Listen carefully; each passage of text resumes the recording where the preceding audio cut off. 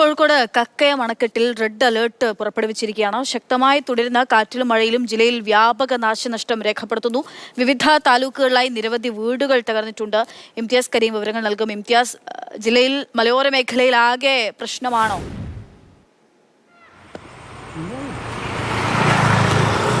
അക്ഷയ, കോഴിക്കോട് ജില്ലയിൽ ഇന്നലെ രാത്രിയിൽ തുടങ്ങിയ അതിശക്തമായ മഴ അത് വൈകിട്ട് വരെ അതേ രൂപത്തിൽ തന്നെ അണമുറിയാതെ ആ മഴ അങ്ങനെ പെയ്തു എന്നുള്ളത് തന്നെയാണ് കാര്യം. ഇപ്പോൾ കക്കയം ഡാമിൽ റെഡ് അലേർട്ട് പ്രഖ്യാപിച്ചിട്ടുണ്ട്. അതായത് ജലനിരപ്പ് നല്ല രീതിയിൽ ഉയരുന്നു എന്നുള്ളതാണ്. കക്കയം ഡാമിൻ്റെ പരമാവധി ജലനിരപ്പ് എന്ന് പറയുന്നത് 758 മീറ്ററാണ്. എന്നാൽ ഇപ്പോഴത്തെ നിലവിലെ ഒരു അളവ് പ്രകാരം 757 മീറ്റർ വരെ അത് എത്തിയിട്ടുണ്ട്. ഒരു പക്ഷേ ഇന്ന് രാത്രി 10 മണിയോടുകൂടി അത് അണക്കെട്ട് തുറക്കുമെന്ന് പറഞ്ഞിരുന്നു. എന്നാൽ ഈ രാത്രിയായപ്പോൾ ഒരു 8 മണിക്ക് ശേഷം ജില്ലയിൽ മഴക്കൽപ്പം ശമനമുണ്ട്.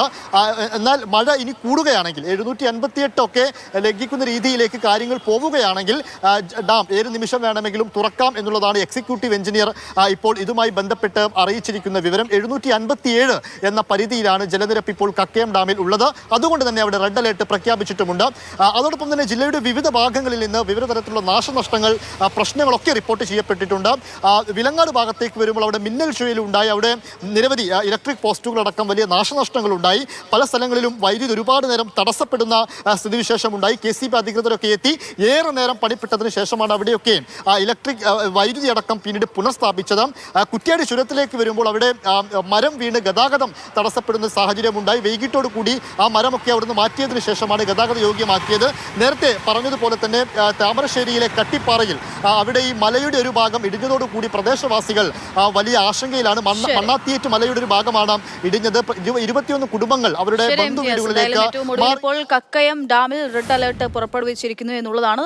ഈ ഡാമിന്റെ ഒക്കെ പ്രദേശത്തായി താമസിക്കുന്ന ആളുകളൊക്കെ ജാഗ്രത പാലിക്കേണ്ടുന്ന അവസ്ഥയാണ്. റെഡ് അലേർട്ട് പ്രഖ്യാപിച്ചിരിക്കുന്നു. അപ്പം മലയോര മേഖലയിലാണ് കോഴിക്കോട് ജില്ലയിലും മഴ കൂടുതൽ കനക്കുന്നതെന്ന് വേണം മനസ്സിലാക്കാൻ, അല്ലെങ്കിൽ കെടുതികൾ റിപ്പോർട്ട് ചെയ്യപ്പെടുന്നത് അവിടെയാണ്.